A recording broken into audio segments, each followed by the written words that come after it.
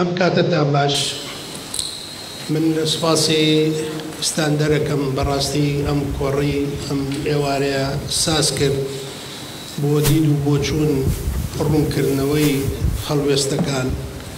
من لەوێەوە دەست پێ دەکەم دەڵێم هەر کەسێک هەر لایەنێک هەر حیزبێکی کوردستانی بیر لە بە هەرێمکردنی کەرکووک بکاتەوە هەڵەیەکی گەورە ئەکا وەکو ئەو هەڵەیە کە لە ڕیفراندۆما کرا بەرامبەر بە کەرکووک. لەبەر ئەوەی کە باسی ئەوەکە بە هەرێمکردنی کەرکووک جەنەتێکمان بۆ دروستەکا وانیە. نمونەشمان زۆرە، بچینەوە سەر بەغدا عاسیمەیە، ڕۆژ نییە تا 12 کەسی لێ نەکوژرێ، بێکارەبایی، برسێتی، قات و قڕی هەموو شتێک. واتە بە هەرێمکردنی کەرکووک معنای ئەوە نییە ئیتر من پێکەوە ژیان و ژیانێکی خۆشە بەمە سەر لە جەنەتە عەژیب. ئێستا ویلایەتەکانی ئەمریکای یەکگرتوو لە هەموو ویلایەتێکا خۆ هەرێمێکی سەر بەخۆیە، ئازادن. ئێستا لە ویلایەتەکانی ئەمریکایە دزی هەیە، کوشتن هەیە، بڕین هەیە، تەقینەوە هەیە کە هەمووی ویلایەتی سەربەخۆیە و هەرێمێکی سەربەخۆ نەبوو ویلایەتێکی.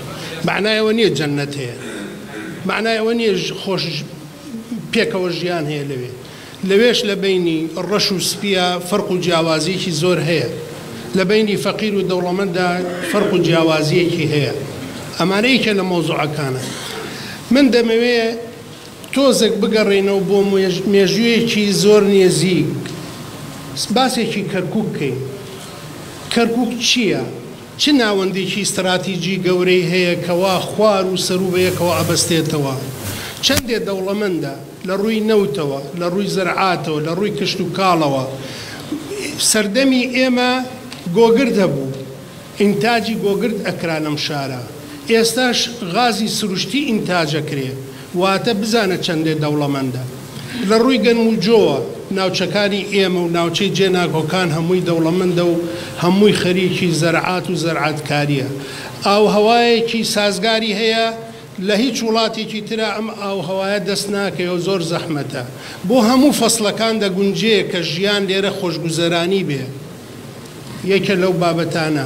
ئەگەر ئەگەڕێیتەوە بۆ پیشەسازی، گەورەترین شار بووە لە پیشەسازیە، لە ئینتاجی نەوتە، لە دروستکردنی شتە، ئەعماری پێشکەوتوو بووە، خەڵکێکی شۆڕژێڕی بەدەست هێناوە، خەڵکی هۆشیاری هەبووە.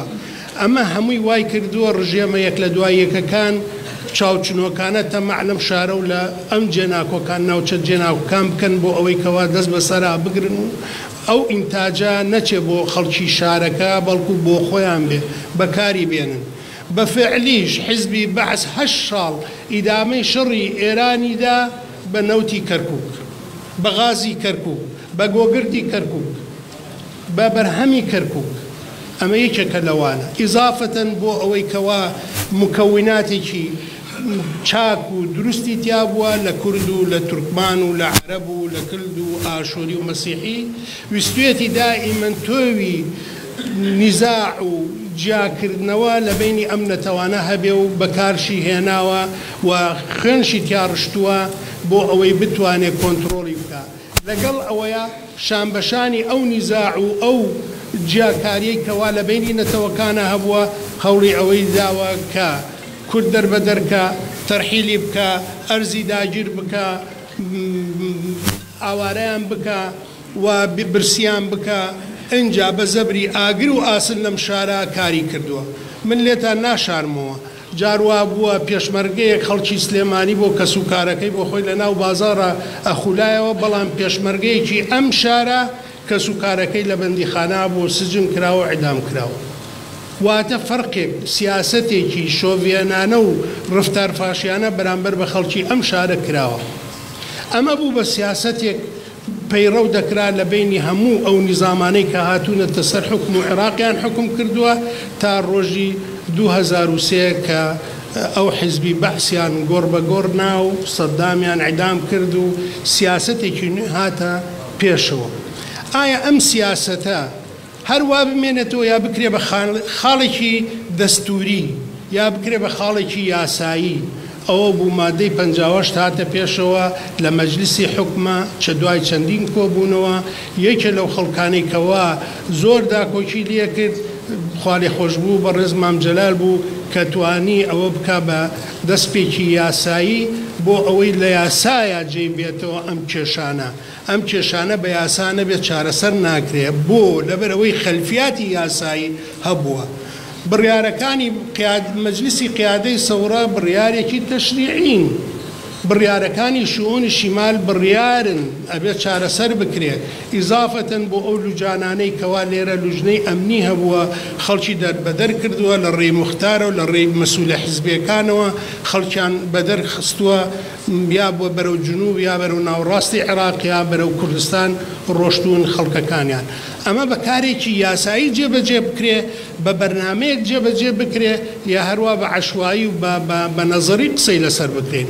مادەی 140 بوو بە مادەیەکی دەستوری خطوطی عامی هەیە تا ئێستا و ئەم لەحزەیە و لەگەڵ حزوری جەنابتانە قساکەین مادەی 140 باشترین چارە ڕێگایە بۆ چارەسەرکردنی کێشەی ئەم ناوچانە بۆ گەڕانەوەی ئەم ناوچانە بۆ سەر هەرێمی کوردستان.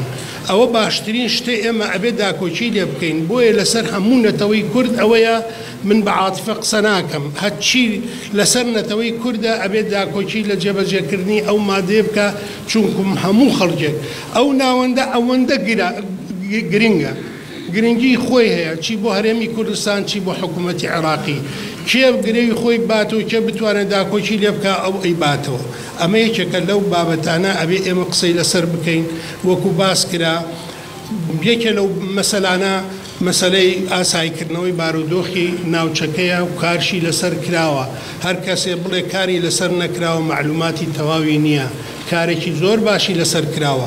بۆ نمونە ئێمە باسێکەین تا ئێستا ئەو ئاوارانەی کە گەڕاونەتەوە کەرکووک زیاتر لە 43,000 بەڕەقەم زیاتر لە 43,000 خێزانی ئاوارەی کەرکووک لەم شارە 10 ملیۆنەکەی وەرگرتووە.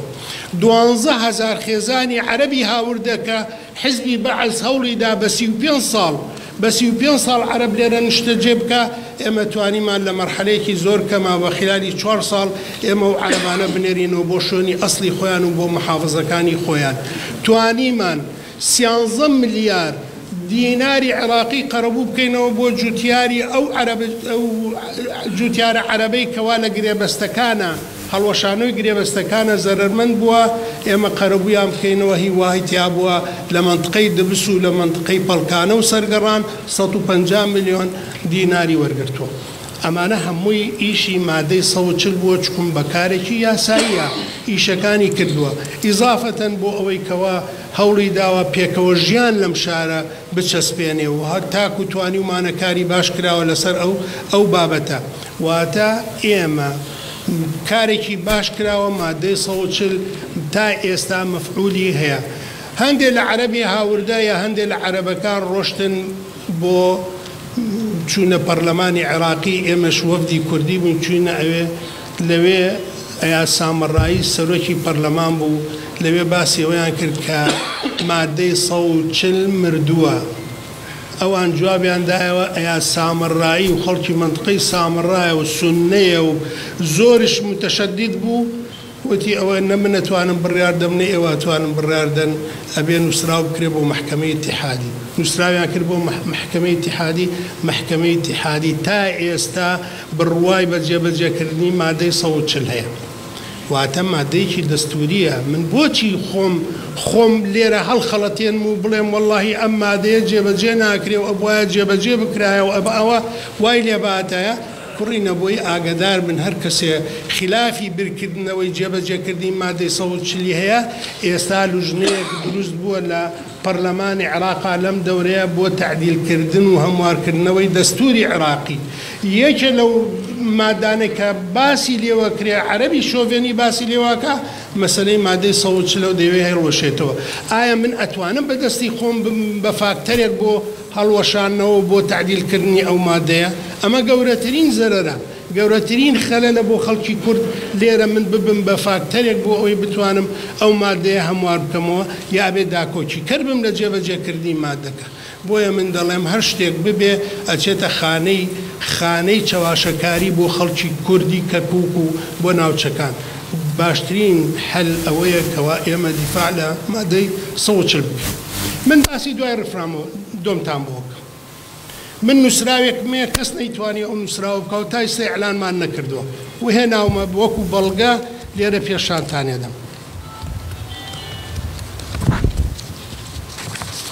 ئەمە نامەیە کە دوای ڕیفراندۆم ئەو دەسەڵاتی 140 بە من دراوە کە من بتوانم مفاتحەی ڕئیسی جمهوری بکەمەوە، بتوانم مفاتحەی سەرۆکوەزیرانی عێراق بکەمەوە، بتوانم نامەیەک بنووسم هەر لێرە نوسخەیەکی بدەمە هادی عامری و لەوێشەوە بۆ بەعسەی ئومەوی متحیدە بۆ ڕئیسی بەعسەی ئومەوی متحیدە.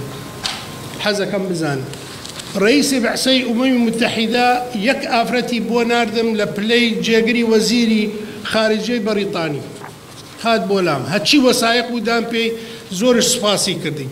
ڕئیسی جمهوری فواد معسووم و ناردی بە دوا ماوەتی ئەم خوڕوقاتانەی تۆ باسێکەی ئەمە پێمان نەزانیوە تا ئێستا. ئەوە ئەگەڕێتەوە بۆ مادەی 140 ئەینا منە و شخصە نیم بتوانم مفاتحەی ئەم وڵاتانە بکەم و یا ئەم مەسئولانە بکەم و بیگەین مەدەرسی.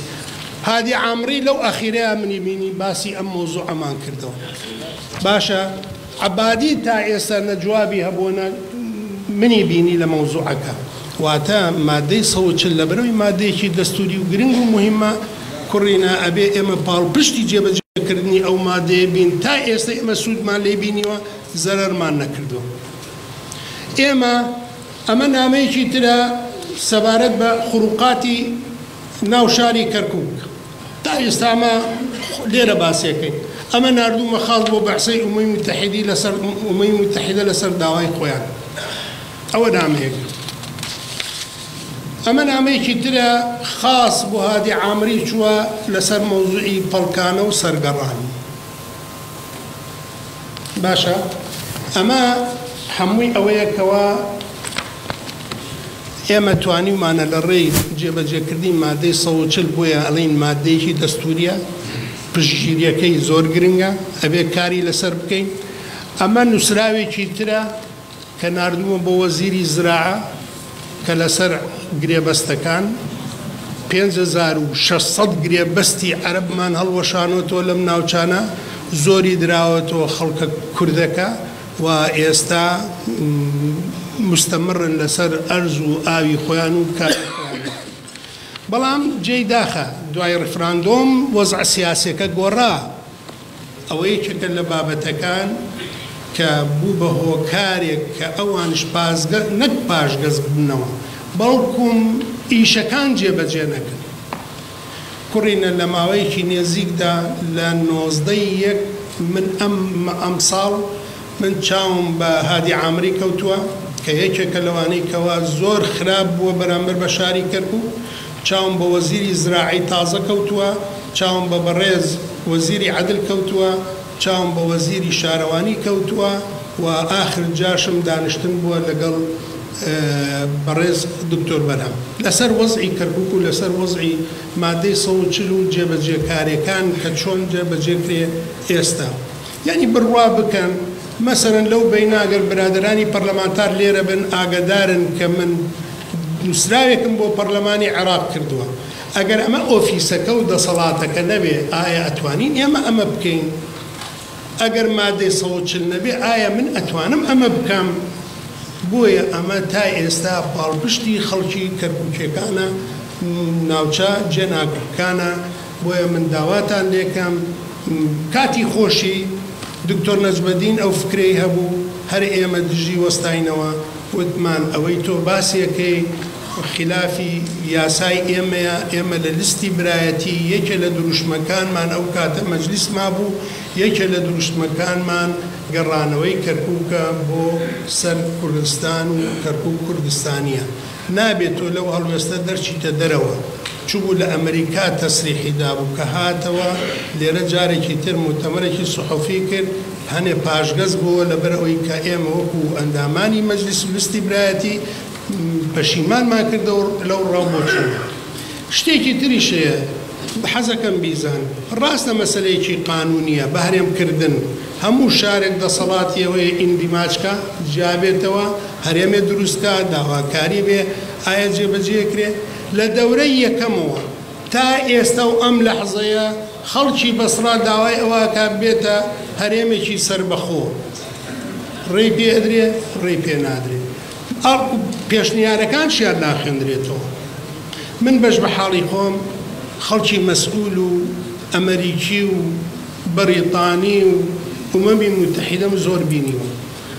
یەکێ لە دروشمەکانیان یەکێ لە قسەکانیان کە ئەکرێ لەگەڵ ئێمە کردویانە باسیەوەیان کردووە کورد و تورکمان و عەرەب پێک بێن کە پێک بێن ئێمە پشتانی ئەوانش پرۆژەیان نییە بڕوا بکەن ئەوانش پرۆژەیان نییە.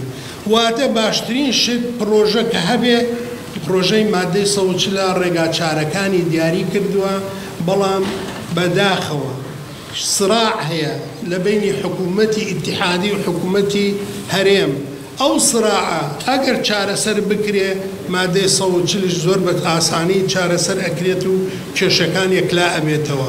ئەوە یەکێکە لەو بابەتانە ئێمە گلەی زۆرمان هەبوو لە حکوومەتی هەرێم و سیاسەتی حکوومەتی هەرێم بەرامبەر بە جێبەجێکردنی مادەی 140. بڕوا بکەن کوڕینە سیمینارێکمان لەسەر داوای جامعەی کۆیە منیان بانگێشتێک بۆ سیمینارێک یەکێ لەو بابەتانە 2009 بوو باسی ئەویانە کرد نەوت بوجە اینجا 140. ئێمە ڕخنەکەمان ئاراستەی کاگنچیروان کرد وتمان ئەبێ بڵێ 140 نەوت اینجا بوجە. ئەوان وایان لێی کرد. ئەو سیاسەتە هەڵەیە وای لێ کرد کە 140 تا ئێستا بەو شێوەیە بمێنێتەوە. من لە چەندین لوژانە بەشداریم کردووە لەسەر ئاستی عێراق و کارم لەسەری کردووە بەڵام نەفەسێک هەیە بۆ خۆدزینەوە لە جێبەجێکردنی مادەی 140. ئێستا شتی تازەتر هاتۆتە پێشەوە ئەوەیە کە خەڵکی گەنج نازانێ معاناتی کورد چییە لە ناو شیعەیە یا دیفاع لە بۆچوونەکەی خۆیەکە یا دیفاع لە شیعەگەرێتەکەی خۆیەکە بۆیە دژایەتی کوردەکە و دژایەتی خەڵکی کەرکووکەکە. من دەستان خۆش بێ و زۆر زۆر سپاسدانەکەم لە شتان ساڵ هیوادارم نامەکەم گەیاند بێت.